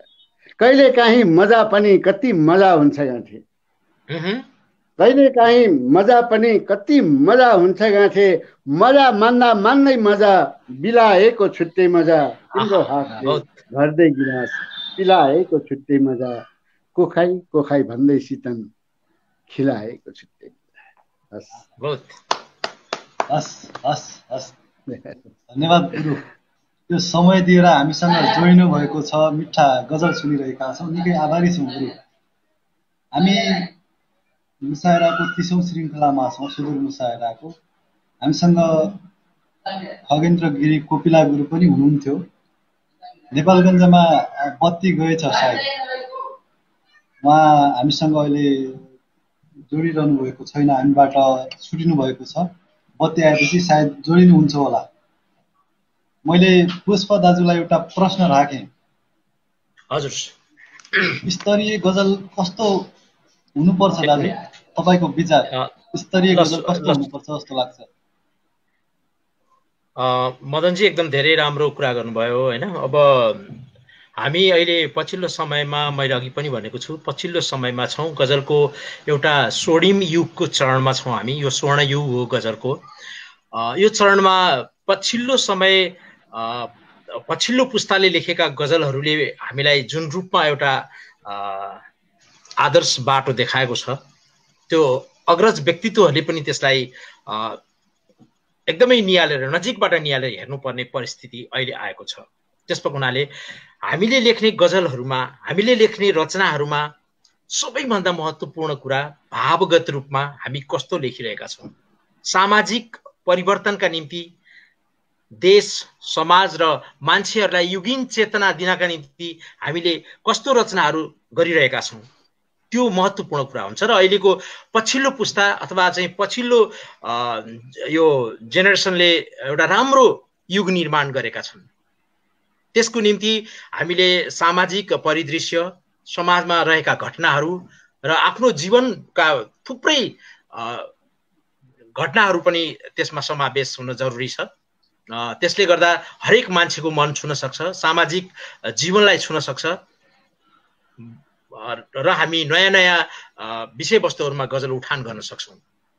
त्यसो भयो भने मात्रै हामीले लेखेको गजलहरूले हाम्रा समाजलाई छुन सक्छ र हाम्रो पाठकहरूलाई, हाम्रो मनहरूलाई छुन सक्छ भन्ने मेरो विचार हो। सुन्दर विचारको लागि निकै आभारी छु दाजु। प्रकट गुरु, एकदम धेरै धेरै धन्यवाद। हजुरले देश दौडामा होमिरहँदा आफूलाई एकदमै यादगार, एकदमै मन परेको कार्यक्रम चाहिँ कुन ठाउँको कार्यक्रम बन्यो त्यस्तो एकदम यादगार, एकदम रमाइलो? अब यस्तो छ किनदेखि म यसमा पनि अलिकति सानो भूमिका त जोडेको होइन, तर सन्दर्भ जोड्नुपर्छ होइन पुष्पजी? एउटा समय यस्तो पनि आयो, एउटा समय यस्तो आयो कि मेरो परिवारै पोखराबाट काठमाडौँ सिफ्ट हुनुपर्ने अवस्था आयो र मलाई फेरि काठमाडौँको बसाइ त्यति मन पर्दैन पनि। अनि म 2 वर्ष बस्दाखेरि 2टा आर्टिकल पनि लेख्न नसकेको मैले काठमाडौँमा, त्यो मेरो चाहिँ छ। र काठमाडौँ गएपछि पत्रकार अमृत भातगाउँले दाइ तपाईँ काठमाडौँ आएको एउटा आभास दिनको लागि पढाइमा प्रकट भन्ने कार्यक्रम राखौँ र टिकटको त्यो मूल्यले चाहिँ किताब छाप्नु भनेर त्यहाँबाट टिकटमा सशुल्क कार्यक्रम गरियो। एकदमै राम्रो भयो।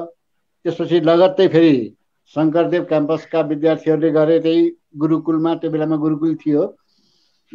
यसो गर्दै गर्दै गर्दै काठमाडौँबाट सुरु भएको यात्रा बेनीमा पुग्दासम्म र 22औं यात्रा मैले 22औं श्रृङ्खला पुरा गरेँ। धेरै ठाउँमा मिश्रित प्रतिक्रिया आयो।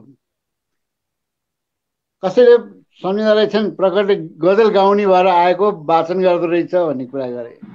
कसैले अलिकति उमेर अनुसारको कुरा गरे पो हुन्छ, यो त अलिकति बढी नै रोमान्टिक भयो कि भन्ने कुरा पनि गरे होइन। कसैले चाहिँ मन पनि पराए, कसैले मन पराएनन् पनि। त्यो सबैले मन पराउनु पर्छ भन्ने चाहिँ छैन। म स्वयं पनि सबैका रचना मन नपराउनु नै सक्छु, मेरा रचनाहरू पनि अरूले मन नपराउनु पनि सक्छन्, उहाँहरूको अधिकारको कुरा हो।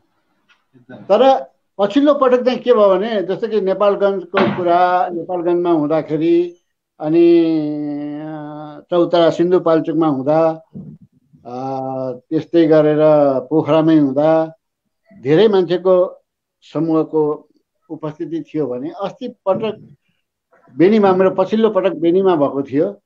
बेनीमा हुने बेलामा सबै युवाहरू मात्रै उपस्थित भए। प्रेमिल गजल सुन्नलाई युवा युवतीहरू मात्रै उपस्थित भए। एकदम राम्रो 100 जना जति अट्ने हल थियो र टन्न कुर्सीहरू राखेको थियो। सबै कुर्सीहरू भरिएका थिए, कोही उभिएका पनि थिएनन्, कुर्सीमा मात्रै सीमित थिए। अनि मलाई चाहिँ एउटा गर्वानुभूति के भयो भनेदेखि, म प्रेमिल गजल लेख्ने मान्छे, प्रेमिल गजल लेख्नु चाहिँ कुनै उमेरले छेक्दैन। म त भन्छु प्रेम भन्ने कुरा त जब निस्किन्छ नि, जब प्रादुर्भाव हुन्छ, त्यो नमरिन्जेलसम्म चाहिँ बाँकिरहेको हुन्छ। यहाँ कुनै ग्यारेन्टी छैन कि युवा युवतीले मात्रै गर्ने प्रेम हो, किशोर किशोरले मात्रै गर्ने प्रेम हो, अविवाहितहरूले मात्रै गर्ने प्रेम हो। सङ्कुचितपन राखेका छन् मान्छेले प्रेमलाई। त्यो बाटो म बिल्कुलै भिन्न छु र आफ्नो तर्फबाट गर्दाखेरि मलाई विशेष गरेर उपस्थितिको हैसियतले होइन कि प्रेमिलपनको हैसियतले चाहिँ बेनीको कार्यक्रम चाहिँ राम्रो भएको थियो। हस्, मिठो किस्सा सुन्न पाइयो गुरुको। पुष्प दाजु, हजुर भन्नुहोस् त। हजुरको सुरुवाती चरण, गजल लेखनको सुरुवाती चरणदेखि अहिलेसम्मको थोरै केही किस्सा सुनाउन। हामीलाई निहालिरहनु हुने धेरै श्रोता हुनुहुन्छ, धेरै पाठक हुनुहुन्छ, धेरै प्रिय मनहरू हुनुहुन्छ। उहाँहरूलाई थोरै हजुरको किस्सा, सुरुवातदेखि अहिलेसम्मको साहित्यिक यात्रा भनौँ न, त्यो बारेमा थोरै केही राखिदिनु न विचार। ठिक छ मदनजी, एकदमै राम्रो कुरा गर्नुभयो। पुष्प अधिकारी अञ्जलीले जुन दिनदेखि गजल लेख्न सुरु गर्यो, अथवा जुन दिनदेखि पुष्प अधिकारी अञ्जलीले नेपाली साहित्यमा प्रवेश गर्यो र हाम्रो मजेरी साहित्यिक पत्रिकाबाट आफूले जुन काम मैले सुरुवात गरेँ, मलाई लाग्छ अहिले सुनिरहन खोज्नुभएका हेरिरहनु भएका मेरा आदरणीय भावकहरू जो जुन ठाउँबाट हेरिरहनु भएको छ, चाहे त्यो देशबाट होस् प्रदेशबाट होस्, सबैसँग मेरो हृदय जोडिएको छ भन्ने मलाई लाग्छ। मेरो हृदयको संवेदना उहाँहरूसँग जोडिएको छ, किनकि उहाँहरूले पनि मलाई त्यसरी नै चिन्नुहुन्छ र उहाँहरूसँग पनि मेरो संवेदना जोडिएको छ भन्ने मलाई लाग्छ। मैले 2057 देखि 2056 को अन्तिमतिरदेखि मैले हाम्रो मजेरी जब सुरुवात गरेँ र त्योभन्दा अगाडि 2052 देखि जब मैले गजल लेखनमा प्रवेश गरेँ, मैले गजलमा गरेका कार्यहरू, मेरो जीवन सङ्घर्ष गजलको निम्ति मैले गरेको कुराहरू यहाँहरू समक्ष एकदमै खुल्ला किताब जस्तै छ है। 2057 पछाडि 2060 देखि लगातार म अहिले नेपाली गजलको इतिहासमा एउटा थुप्रै दस्तावेजहरू बनाउँदैछु। मलाई जहाँसम्म लाग्छ नेपाल अधिराज्य भरिमा राज्यले त यो गरेकै छैन र पनि अन्य ठाउँबाट अन्य सङ्घ संस्थाहरूबाट नभएको काम हाम्रो मजेरी साहित्य प्रतिष्ठान पुष्प अधिकारी अञ्जलीले त्यो काम गरेको छ, जुन 14 अञ्चलका गजलकारहरूलाई राखेर बनाइएको गजल कृति अक्षरहरूको पिरामिड हामीले प्रकाशन गरेका छौँ र त्यस्तै लगातार अहिलेसम्म हामीले 1 दर्जन भन्दा बढी कृतिहरू हैसियत 1 देखि हैसियत 6 सम्म अहिले प्रकाशनको भइसकेको छ। त्यस्तै गरेर अरू थुप्रै कृतिहरू छन्, यी समकालीन नेपाली गजल गङ्गा हैन, शब्द शिविर, यी थुप्रै कृतिहरू हाम्रो माझ हामीले ल्याएका छौँ। यी सबै तपाईहरुको माया सद्भाव र तपाईहरुको विश्वासले त्यो काम गरिरहेको छु र मैले गजलकै निम्ति देश दौडामा हिँड्दा पनि मैले धेरै ठाउँमा मेरो आदरणीय गुरु प्रकट दाजुसँग म जोडिएको छु, मेरा आदरणीय गजलका विद्वान गुरुहरूसँग पनि म धेरै ठाउँमा जोडिएको छु र तपाईहरुसँग पनि जोडिएको छु र मलाई तपाईले भन्दै गर्न खोज्नु भएको अहिले जुन प्रकट दाजुले भने जस्तै मेरो जीवनको सबैभन्दा स्वर्णिम दिन त्यो थियो जुन दिन मलाई गजलको निम्ति, गजल वाचनको निम्ति मलाई सल्यानमा साथीहरूले बोलाउनु भयो, भरतजीले, लोकेश जलनजीले। मेरो जीवनको सबभन्दा स्वर्णिम त्यो पल चाहिँ त्यो हो, जुन दिन मैले सल्यानको त्यो भव्य होटलमा, त्यो रेस्टुरेन्टमा एउटा राम्रो कार्यक्रम बनेको थियो, त्यो चाहिँ मेरो जीवनको महत्त्वपूर्ण पल थियो। मैले सम्झिनुपर्ने, मलाई जीवनमा ऊर्जा थपिएको, महत्त्वपूर्ण ऊर्जा थपिएको दिन हो त्यो। म भरतजीलाई पनि एकदम सम्झिन्छु, लोकेश जलन जसले एकदमै इन्भाइट गर्नुभयो मलाई, त्यहाँ पुग्यौँ। उहाँहरूले सल्यानवासीले स्वागत गरेको त्यो पल मेरो आँखामा झलझली आइरहेको छ। हस् दाजु, किस्साहरू बिचबिचमा सुन्दै गरौँला। हामीसँग खगेन्द्र गिरी कोपिला गुरुलाई हामी जोड्न सकिरहेका छैनौँ। नेपालगञ्जमा सायद बत्ती गएको होला, पक्कै पनि बत्ती गएरै होला, उहाँ हामीसँग जोडिनु भएन। उहाँसँग पनि मिठो भलाकुसारी गर्ने मन हो, सँगसँगै सहयात्रा गर्ने मन हो। बिचमै बत्तीले धोका दियो भनौँ या मौसमले धोका दियो भनौँ, धोका दियो। उहाँसँग यसरी भलाकुसारी गर्न पाएनौँ हामीले। अन्तिमसम्म पनि उहाँलाई जोड्ने प्रयत्नमा छौँ म। हामी अन्तिम चरणमा पनि आइपुगेका छौँ, लगभग अन्तिम चरणका अब गजल सुन्छौँ हामी। त्यसपछि थोरै कुरा फेरि जोडौँला। धेरैले गजल भनिरहनु भएको छ, हामीलाई निहालिरहनु हुने सबैले गजल सुनौँ, किस्साहरू अलि पछि सुनौँला। अब थोरै किस्साहरू भन्दै हुन्छ। दाजुलाई मन परेका, तपाईँ आफैलाई मन परेका 2टा गजल सुन्छौँ अन्तिममा। त्यसको दाजु हुन्छ मदनजी। अब मलाई त मेरो सबै सन्तानहरू उत्तिकै प्रिय लाग्छन्, तर पनि म सुनाउँछु। मेरो हातमा जुन आइपुगेको छ म त्यही सुनाउँछु है त।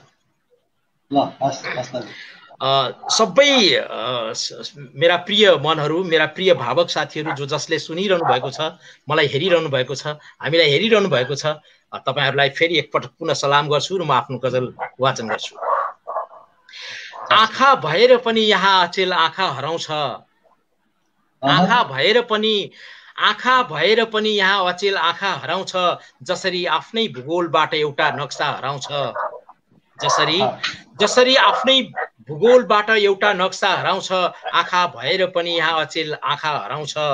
वर्षौं भयो घरबाट निस्केको जुनको तलासमा, वर्षौं भयो घरबाट निस्केको जुनको तलासमा खोज्छु आकाशतिर जिन्दगी भुइँमा हराउँछ। खोज्छु आकाशतिर जिन्दगी भुइँमा हराउँछ। जसरी आफ्नै भूगोलबाट एउटा नक्सा हराउँछ, आँखा भएर पनि यहाँ अचेल आँखा हराउँछ। छोरा चढेको विमान आकाशमा हेर्दा हेर्दै, छोरा चढेको विमान आकाशमा हेर्दा हेर्दै मेरो, छोरा चढेको विमान आकाशमा हेर्दा हेर्दै हातमा अल्झेको धागो चुडिन्छ, चङ्गा हराउँछ। छोरा चढेको विमान आकाशमा हेर्दा हेर्दै हातमा अल्झेको धागो चुडिन्छ, चङ्गा हराउँछ। वर्षौं भयो घरबाट निस्केको जुनको तलासमा खोज्छु आकाशतिर जिन्दगी भुइँमा हराउँछ। आँखा भएर पनि यहाँ अचेल आँखा हराउँछ। जसरी आफ्नै भूगोलबाट एउटा नक्सा हराउँछ। तिमीले बनाएको सरकारले तिम्रै सुरक्षा गर्दैन। तिमीले बनाएको सरकारले तिम्रै सुरक्षा गर्दैन। हो, तिमीले बनाएको सरकारले तिम्रै सुरक्षा गर्दैन। याद गर्नु आफ्नै घरबाट अचेल बच्चा हराउँछ। याद गर्नु आफ्नै घरबाट अचेल बच्चा हराउँछ। आँखा भएर पनि यहाँ अचेल आँखा हराउँछ। जसरी आफ्नै भूगोलबाट एउटा नक्सा हराउँछ। जिन्दगी पढेर जिन्दगी बुझ्न सकिँदो रहेनछ यार। जिन्दगी पढेर जिन्दगी बुझ्नै सकिँदो रहेनछ यार।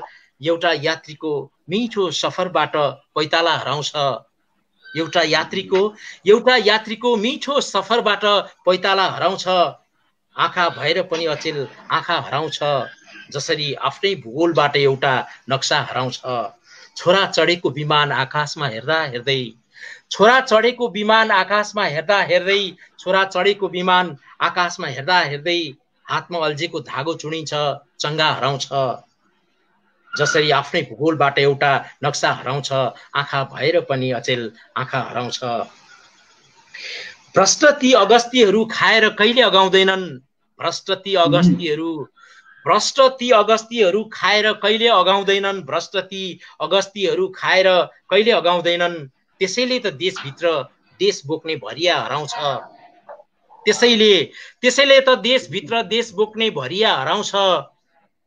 खोज्छु आकाशतिर जिन्दगी भुइँमा हराउँछ। आँखा भएर पनि अचेल आँखा हराउँछ। आँखा भएर पनि अचेल आँखा हराउँछ। जसरी आफ्नै भूगोलबाट एउटा नक्सा हराउँछ। अन्तिम शेरमा छु म। यसकारण आत्महत्या गर्न बाध्य हुन्छन् आमा। प्रकट दाजु, यो मेरो देशको कथा हो। यसकारण आत्महत्या गर्न बाध्य हुन्छन् आमा। यसकारण आत्महत्या गर्न बाध्य हुन्छन् आमा। घरबाट बिहानै स्कुल निस्केको छोरा हराउँछ। घरबाट बिहानै स्कुल निस्केको छोरा हराउँछ। तिमीले बनाएको सरकारले तिम्रै सुरक्षा गर्दैन। याद गर्नु आफ्नै घरबाट अचेल बच्चा हराउँछ। याद गर्नु आफ्नै घरबाट अचेल बच्चा हराउँछ। आँखा भएर पनि अचेल आँखा हराउँछ। जसरी आफ्नै भूगोलबाट एउटा नक्सा हराउँछ। नमस्कार। मेरो दोस्रो गजल अब सुनाउँछु म। अब म मेरो दोस्रो गजल सुनाउँछु।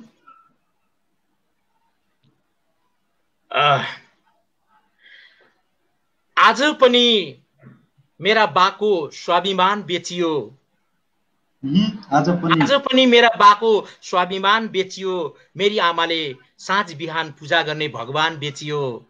आज पनि मेरा बाको स्वाभिमान बेचियो। मेरी आमाले साँझ बिहान पूजा गर्ने भगवान बेच्यो। आफ्नै देशमा पनि नागरिक हुन सकिएन। आफ्नै देशमा पनि नागरिक हुन सकिएन। आफ्नै देशमा पनि नागरिक हुन सकिएन। छिमेकीलाई भएको एउटा पहिचान बेचियो। छिमेकीलाई भएको एउटा पहिचान बेचियो। आज पनि मेरा बाको स्वाभिमान बेचियो। मेरी आमाले सधैँ पूजा गर्ने भगवान बेचियो। त्यसपछि आमाले पनि मन थाम्न सकिनन्। त्यसपछि आमाले पनि मन थाम्न सकिनन् जब बजारमा आफ्नै छोरीको मुस्कान बेचियो। त्यसपछि आमाले पनि मन थाम्न सकिनन् जब बजारमा आफ्नै छोरीको मुस्कान बेचियो। आज पनि मेरा बाको स्वाभिमान बेचियो। मेरी आमाले साँझ बिहान पूजा गर्ने भगवान बेचियो। इज्जतको व्यापार यसरी भइरहेको छ देशमा, इज्जतको व्यापार यसरी भइरहेको छ देशमा, इज्जतको व्यापार यसरी भइरहेको छ देशमा। दिउँसै राजधानीमा बहिनीको ओछ्यान बेचियो, दिउँसै राजधानीमा बहिनीको ओछ्यान बेचियो। आफ्नै देशमा पनि नागरिक हुन सकिएन, छिमेकीलाई भएको एउटा पहिचान बेचियो। आज पनि मेरा बाको स्वाभिमान बेचियो, मेरी आमाले साँझ बिहान पूजा गर्ने भगवान बेचियो। तपाईँ नै भन्नुहोस् देशमा धर्म र जातीय विरुद्ध, तपाईँ नै भन्नुहोस् देशमा धर्म र जातीय विरुद्ध कसकसबाट यहाँ गीता बाइबल र कुरान बेचियो, कसकसबाट यहाँ गीता बाइबल र कुरान बेचियो। इज्जतको व्यापार यसरी भइरहेको छ देशमा, दिउँसै राजधानीमा बहिनीको ओछ्यान बेचियो। आफ्नो देशमा श्रम र पसिना बगाऊ भन्नु पर्थ्यो सरकारले, आफ्नै देशमा श्रम र पसिना बगाऊ भन्नु पर्थ्यो, आफ्नै देशमा श्रम र पसिना बगाऊ भन्नु पर्थ्यो। तर सरकारबाटै खाडी मुलुकमा जवान बेचियो, तर सरकारबाटै खाडी मुलुकमा जवान बेचियो। आफ्नै देशमा श्रम र पसिना बगाऊ भन्नु पर्थ्यो, तर सरकारबाटै खाडी मुलुकमा जवान बेचियो। आज पनि मेरा बाको स्वाभिमान बेचियो, फेरि आमाले सधैँ पूजा गर्ने भगवान बेचियो। म अन्तिम शेरमा छु। मेरो अब कुनै गुनासो रहेन यो सरकारसँग, मेरो अब कुनै गुनासो रहेन यो सरकारसँग, मेरो अब कुनै गुनासो रहेन यो सरकारसँग। जसबाट देश बेचियो, शहीदको चिहान बेचियो, जसबाट देश बेचियो, शहीदको चिहान बेचियो। आज पनि मेरा बाको स्वाभिमान बेचियो, मेरी आमाले साँझ बिहान पूजा गर्ने भगवान बेचियो, मेरी आमाले साँझ बिहान पूजा गर्ने भगवान बेचियो। नमस्कार।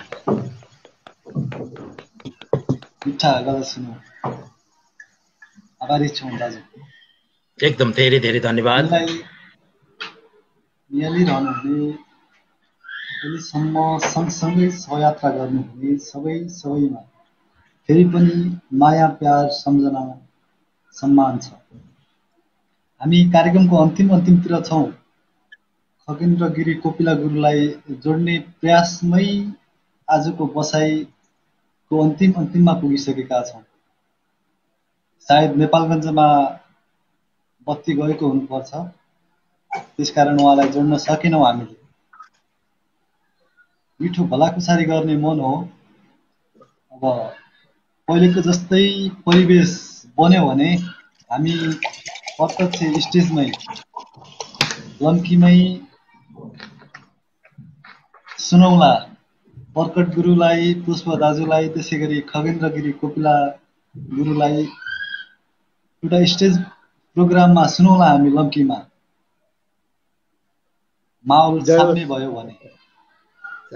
मैले आफ्नो टिमलाई यो कुरा चाहिँ राख्छु आजको लाइभबाट।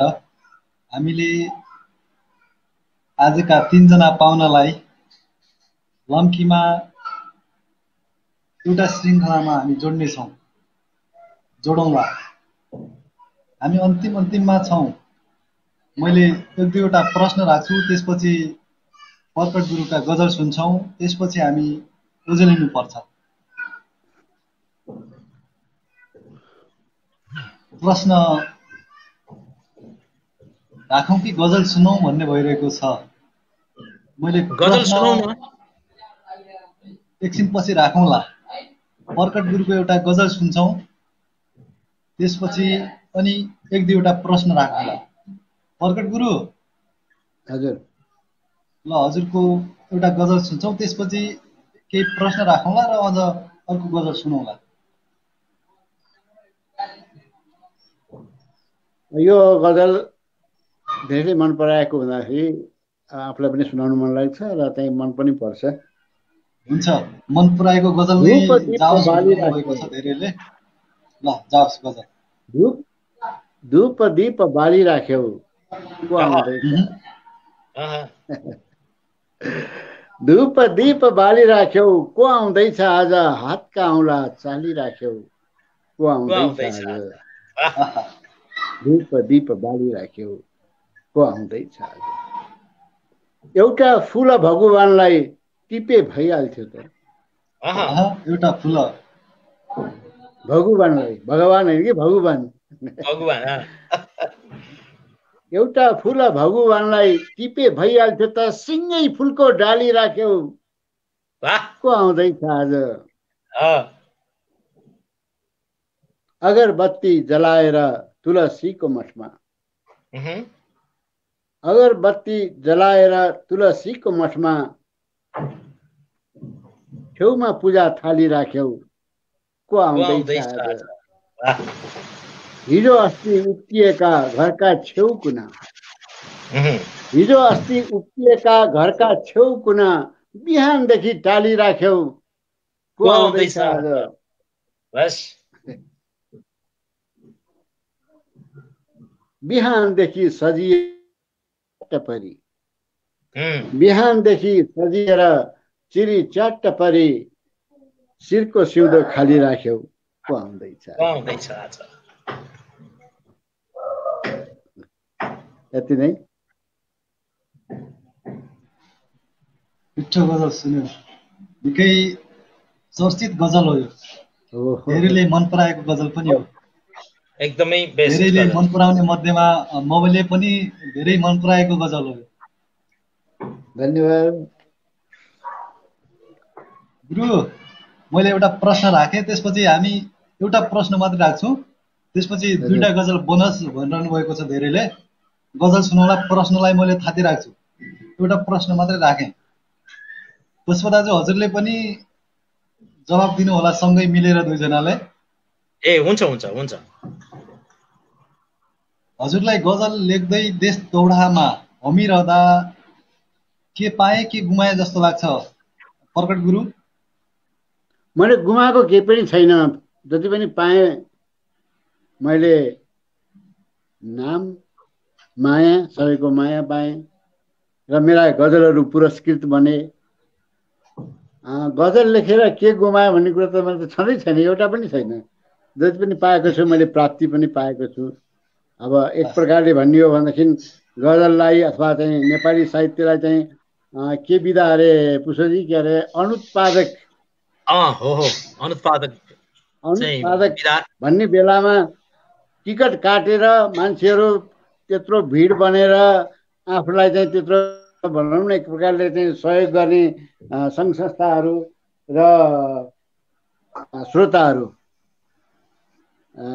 प्रति चाहिँ एकदमै म नमन अथवा चाहिँ नमस्कार गर्छु अस्ति मैले बेनीमा पनि भनेको थिएँ सायद अब मेरो यो टिकटमा अथवा सशुल्क 22औं भइसकेको छ र 25औं श्रृङ्खला पनि बेनीबाटै समापन गर्ने भनेर बेनीमा घायल श्रीजीले एकचोटि उद्घोष गर्नुभएको थियो दाइ अब 22औं श्रृङ्खला बेनीमा भयो 23 र 24 अन्त गर्नु होला 25औं श्रृङ्खला फेरि बेनीमै आएर समापन गरौँला भन्ने कुरा थियो किन समापन गर्न खोजेको भने अब त्यति नै 25औं श्रृङ्खला पुरा भएपछि अनि अरू अन्ततिर लाग्ने होइन सधैँ किसिमको पछि मदनजी त्यही हो किताब लेखेर पनि मैले किताबको मूल्य समेत लिएर अथवा चाहिँ अहिले पनि किताब बिक्री भइरहेका छन् मेरा र नपाएको साहित्य लेखेर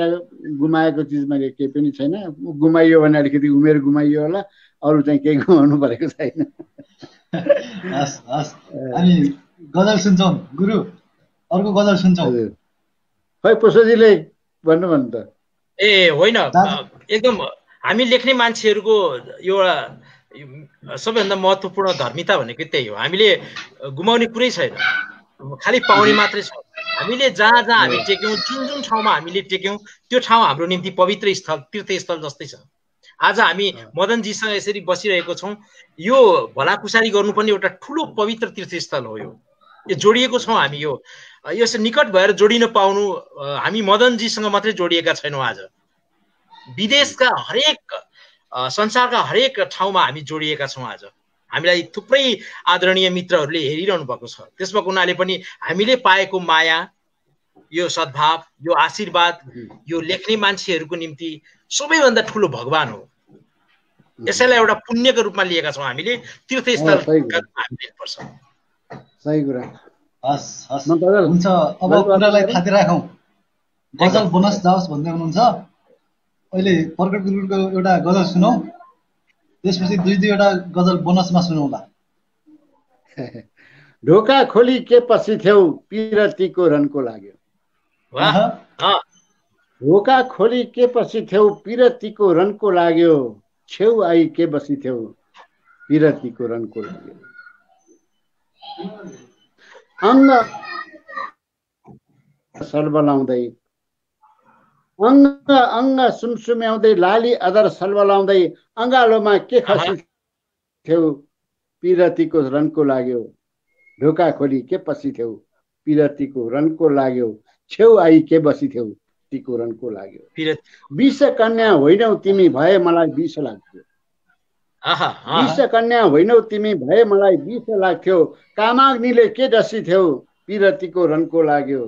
ढोका खोली के पछि थियौ पिरतीको रनको लाग्यो। कुनै धारा यस्ता हुन्छन् काट्दा पनि सन्चो लाग्छ।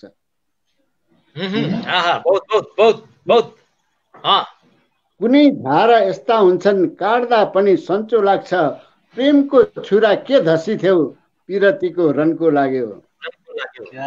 त्यसपछि झन् रनकै रनको लाग्यो अन्ना तिम्रो कसम। अन्ना मेरो पात्र हो। त्यसपछि झन् लाग्यो तिम्रो कसम, बाउ पास्टे के कसी थियौ पिरतीको रनको लाग्यो। ढोका खोली के पछि थियौ पिरतीको रनको लाग्यो, छेउ आई के बसी थियौ पिरतीको रनको। मदनजी हराउनु भयो तैँले त। हजुर मदनजी त्यहाँ केही पर्यो होला केही कुरा। आउनु हजुर। सुन्दैछु मैले।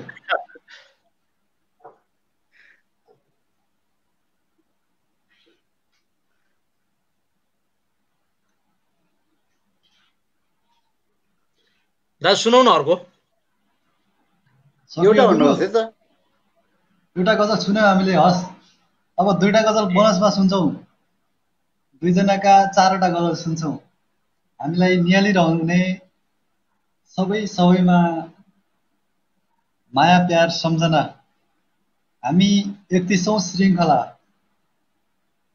भदौ 14 गते बस्नेछौँ। 14 गते पुनः उपस्थित हुनेछौँ। 31औं श्रृङ्खला सायद मुक्तक विशेष श्रृङ्खला हुन सक्छ। अब हामी मुक्तक विशेष श्रृङ्खला बनाउने प्रयत्नमा छौँ। 31औं श्रृङ्खला। अब हामी गजल सुन्छौँ, दुईवटा बोनस गजल। यसो दाजु हजुर ल दुईटा बोनस गजल एकदम बोनसको रूपमा सुनाउने गजल सुनाउँछु। हिँडेर संसार पुग्छु भन्छौ कछुवाले जस्तो, हिँडेर संसार पुग्छु भन्छौ कछुवाले जस्तो, तर कुवा भित्रै बसिरहन्छ भ्यागुताले जस्तो। हिँडेर संसार पुग्छु भन्छौ कछुवाले जस्तो, तर कुवा भित्रै बसिरहन्छ भ्यागुताले जस्तो। के कुरूप के सुन्दर कहिल्यै विभेद गर्दैन, के कुरूप के सुन्दर कहिल्यै विभेद गर्दैन, सधैँ वास्तविकता बताउँछ ऐनाले जस्तो। सधैँ वास्तविकता बताउँछ ऐनाले जस्तो। हिँडेर संसार पुग्छु भन्छौ कछुवाले जस्तो, तर कुवा भित्रै बसिरहन्छ भ्यागुताले जस्तो। जीवन त चल्ला जसरी पनि यही मायाले चल्ला, जीवन त चल्ला जसरी पनि यही मायाले, तर मैले खोजेको हुँ समर्पण राधाले जस्तो। तर मैले खोजेको हुँ समर्पण राधाले जस्तो। हिँडेर संसार पुग्छु भन्छौ कछुवाले जस्तो, तर कुवा भित्रै बसिरहन्छ भ्यागुताले जस्तो। कतिपय कथाहरू लुकाएर मान्छेहरूका, कतिपय कथाहरू लुकाएर मान्छेहरूका, कतिपय कथाहरू लुकाएर, कपट कहिले गर्न नपरोस् त्यो पर्दाले जस्तो। कपट कहिल्यै गर्न नपरोस् त्यो पर्दाले जस्तो।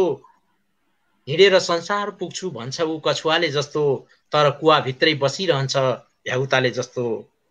आफ्नालाई छुट्याएर फेरि दुश्मन बनाएर, आफ्नालाई छुट्याएर फेरि दुश्मन बनाएर, आफ्नालाई छुट्याएर फेरि दुश्मन बनाएर कसले गराउन सक्छ यहाँ पैसाले जस्तो?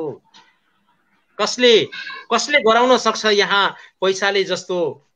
हिँडेर संसार पुग्छु भन्छ ऊ कछुवाले जस्तो, तर कुवाभित्रै बसिरहन्छ भ्यागुताले जस्तो, तर कुवाभित्रै बसिरहन्छ ऊ भ्यागुताले जस्तो। नमस्कार। र अर्को गजल सुनाउँछु म एउटा।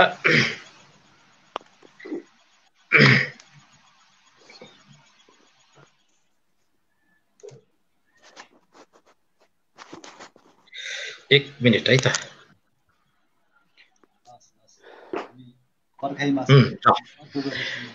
आइसक्यो, म सुनाइहाल्छु।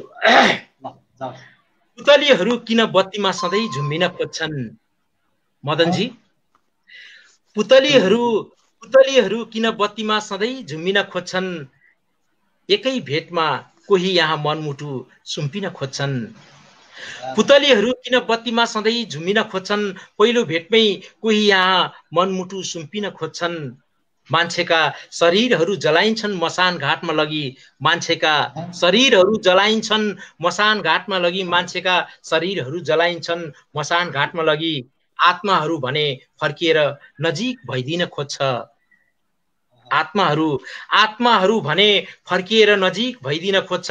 पुतलीहरू किन बत्तीमा सधैँ झुम्बिन खोज्छ? एकै भेटमा पहिलो भेटमै कोही यहाँ मनमुटु सुम्पिन खोज्छन् है।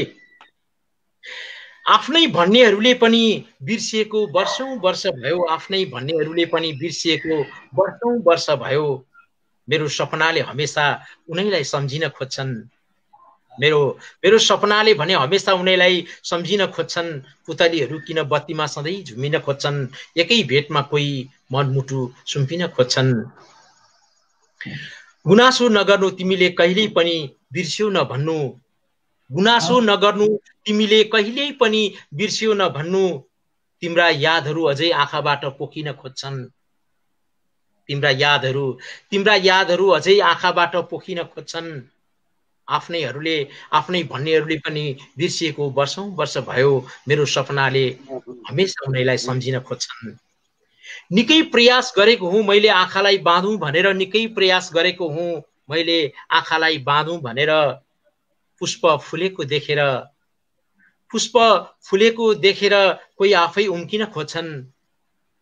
पुष्प फुलेको देखेर कोही आफै उम्किन खोज्छन्। पुतलीहरू किन बत्तीमा झुम्बिन खोज्छन्? एकै भेटमा अर्थात् पहिलो भेटमा कोही मनमुटु सुम्पिन खोज्छन्। पहिलो भेटमै कोही मनमुटु सुम्पिन खोज्छन्। नमस्कार। हस्, धन्यवाद दाजु। समय दिएर हामीसँग अहिलेसम्म जोडिएर मिठो गजल वाचन गर्नुभयो, निकै आभारी छु दाजु। हुन्छ, हामी अन्तिम चरणका दुईटा बोनस गजल सुन्छौँ। अब प्रकट गुरु, हामी दुईटा बोनस गजल सुन्छौँ। गजल सुन्छौँ, बोनस हुने के भन्ने। खुसी लाग्यो प्रकटलाई छान्यौ यत्रो भिडमा। बस खुसी लाग्यो प्रकटलाई छान्यौ यत्रो भिडमा, चुप्पा दिँदै अँगालोमा कस्यौ यत्रो भिडमा। खुसी लाग्यो प्रकटलाई छान्यौ यत्रो भिडमा। के सम्झेर के बुझेर के सोचेर होला, के सम्झेर के बुझेर के सोचेर होला, मलाई मात्रै आफ्नो मान्छे मान्यौ यत्रो भिडमा। खुसी लाग्यो प्रकटलाई छान्यौ यत्रो भिडमा, चुप्पा दिँदै अँगालोमा कस्यौ यत्रो भिडमा। पिरतीको मर्म बुझ्ने खाँटी मान्छे यो, पिरतीको मर्म बुझ्ने खाँटी मान्छे यो, भन्ने कुरा खै कसरी जान्यौ यत्रो भिडमा। खुसी लाग्यो प्रकटलाई छान्यौ यत्रो भिडमा। प्रेमनगरको साम्राज्यमा अरू रैती सम्झी, प्रेमनगरको साम्राज्यमा अरू रैती सम्झी, आफू रानी मलाई राजा मान्यौ यत्रो भिडमा। खुसी लाग्यो प्रकटलाई छान्यौ यत्रो भिडमा। हेर्दा हेर्दै सबको नजर छलाएर छिन्मै, हेर्दा हेर्दै सबको नजर छलाएर छिन्मै, के साँझमा ओछ्यानतिर तान्यौ यत्रो भिडमा खुसी लाग्यो छान्यौ यत्रो भिडमा चुप्पा दिँदै अँगालोमा कस्यौ यत्रो भिडमा। अब अर्को अन्तिम गजल म खोला तार्दाको नयाँ फोन आइरहेको डिस्टर्ब भइरहेको यसलाई कसरी उ गर्ने थाहा भने रातोमा उ गरिदिनुहोस् न नभए फोन नउठाएर वाचन गर्नु गजल। हातमा समय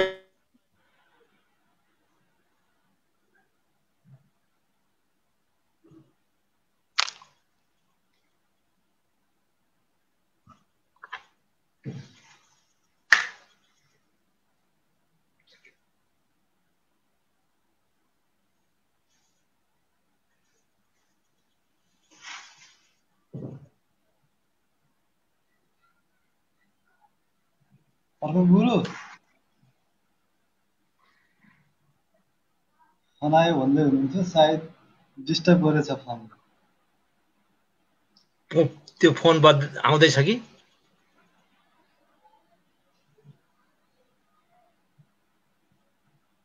सुरु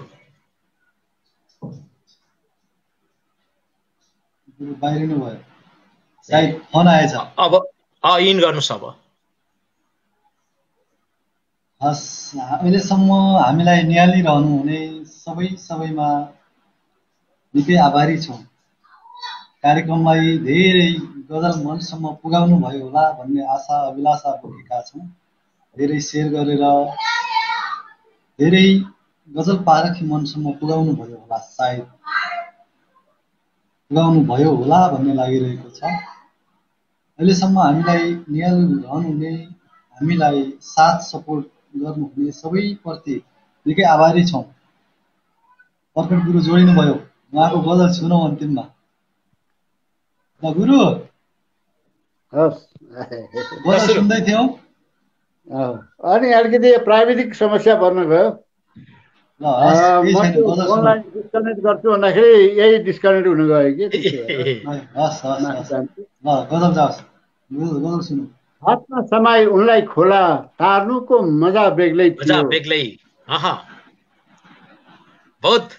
हातमा समाई उनलाई खोला तार्नुको मजा बेग्लै थियो। सारीको फेर अलिक माथि सार्नुको मजा बेग्लै थियो। हातमा समाई उनलाई खोला तार्नुको मजा बेग्लै थियो। वारीबाट पारीसम्म छोटो बाटो भए पनि, वारीबाट पारीसम्म छोटो बाटो भए पनि आले काले गर्दै बेला टार्नुको मजा बेग्लै थियो। हातमा समाई उनलाई खोला टार्नुको मजा बेग्लै थियो। भेल थियो भेल थियो भेल थियो भेल थियो भेल थियो भेलमा उनले डराएर टेक्नै छाडिन्। भेल थियो भेलमा उनले डराएर टेक्नै छाडिन्। मलाई भने त्यस्तै मौका पार्नुको मजा बेग्लै थियो।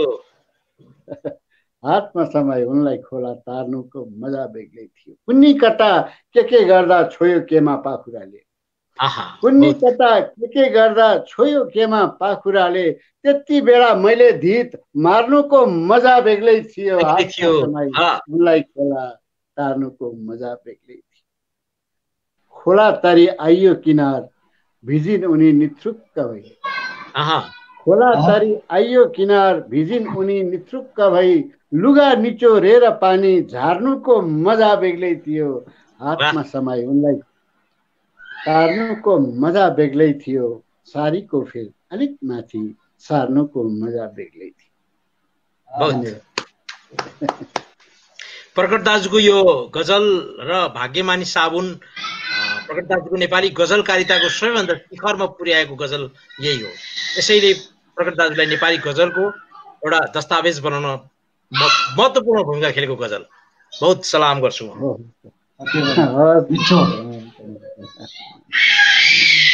अहिलेसम्म हामीलाई समय दिएर हामीसँग जोडिनु भयो, निकै आभारी छौँ।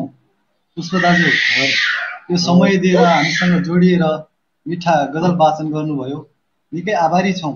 म लगायत हामीलाई हाम्रो सुदूर जोडिदिनु हो मुसायरा टिम सबैभन्दा ठुलो कुरा हामी पनि कृतज्ञ छौँ, धन्यवाद ज्ञापन गर्छौँ। सुदूर मुसायराको एपिसोडहरू अझ धेरै एपिसोड अगाडि बढोस्, एकदमै राम्रा राम्रा साहित्यिक अनि कुराहरूलाई अर्को कुरा तपाईँले अगाडि पुष्पजी बढाउनुहोला। पुष्पजी अर्को कुरा हामी छिट्टै त्यहाँ भेटिन्छौँ गाडी लम्कीमा होइन? लम्कीमा हो एकदम विक्रम पक्कै हो। भिजामा छौँ। मदनजीको चिन्तालाई स्वीकार्न हामी त्यहाँ भेटिनेछौँ र त्यहाँ चाहिँ भाग्यमानी साबुन लिएर त्यहाँ जानेछौँ हामी।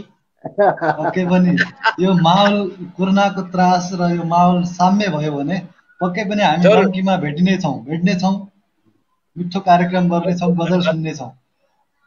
प्रकट गुरु र हामी पनि श्रोताहरू अथवा अहिलेसम्म जोडिनु भयो। होइन पुष्पजी? हो एकदम जरुर। हामी श्रोतासँग दर्शकसँग आभार व्यक्त गर्दै एकदम हामीहरू गजलहरू सुनिदिनु भएकोमा यहाँहरू सबैलाई फेरि पनि हार्दिकता धन्यवाद जनाउँदै अथवा आभार प्रकट गर्छौँ होइन।